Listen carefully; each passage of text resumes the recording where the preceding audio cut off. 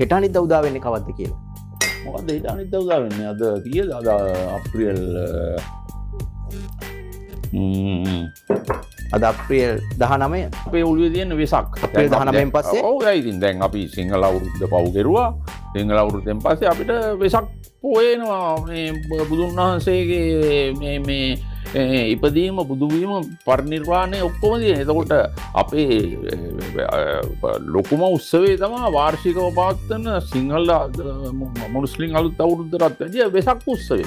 ඒක පැහැදිලි ජනාධිපතිතුමා. ඊළඟට එනවා පොසොන් විදුහතරන් වහන්සේ ලංකාවට වැඩපු කාලේ එනවා. ඒක නිසා දැන් අපේ ඔළුවේ දැන් මේ දවස්වල වැඩ කරන්නේ දැන් වෙසක් එකට අපි මොනවද කරන්නේ? දැන් අපි දන්සල් අපි දිගටම දෙනවා. ඒ දන්සල් ටික දැන් ඔබතුමාගේ ඔළුවේ වැඩ කරන්නේ ඒවා මේ දවස්වල. ඔව් මේ දවස්වල ඒවා. ඔබතුමාට අමතකද අප්‍රේල් 21 පාස්කු විරුදින ප්‍රහාරය? ඔව් මට ඉතින් අමතක වෙන්නේ නැහැ. ඉතින් ඒක මට ඒක විශේෂයක් නැහැ නේ.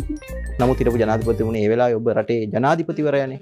ඔව් ඉතින් ඒ ඛේදවාචකයේ පිළිබඳ මේ සමාජෙ තවමත් කතා කරනවා. තවමත් ඒකට පිළිතුරක් ඇවිත් නැහැ. ඒක කතා කරනවානේ. ඉතින් මේ කතෝලිකාගේ මේ නායකයෙක් කියන මහමුලකාරයා හොයලා දෙන්න කියලා. ඉතින් කෝ ආණ්ඩුවක් කිසි ආණ්ඩුවක් මහමුලකාරයා හොයලා දුන්නේ නැහනේ. ඉතින් ඒකින්ද ඉතින් මම දැන් ඔබ හොයලා දුන්නෙත් නැහනේ මහමුලකාරයා. ඉතින් මට මම හෙව්වද මගෙන් පස්සේ හෙව්වද දැන් ඉන්න අය හොයනවාද?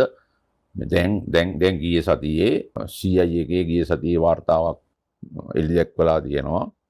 මේ පාස්කාරය සම්පූර්ණයෙන්ම කරලා තියෙන්නේ ISISලා කියලා. අරට තියෙන වාර්තාවක් මේ අන්තර්ජාලයේ යන. කියන්නේ මහමුලකරුවෙක් නැහැ මේකේ. මහමුලකාරය අපි දන්නේ කොහොමද? ඉතින් ඇයි හිටපු ජනාධිපතිතුමනි මට ඔබතුමත් එක්ක මේකට ගැන ආරෝපයක් නැහැ. මම තොරතුරක් දැනගන්න උත්සාහ කරනවා.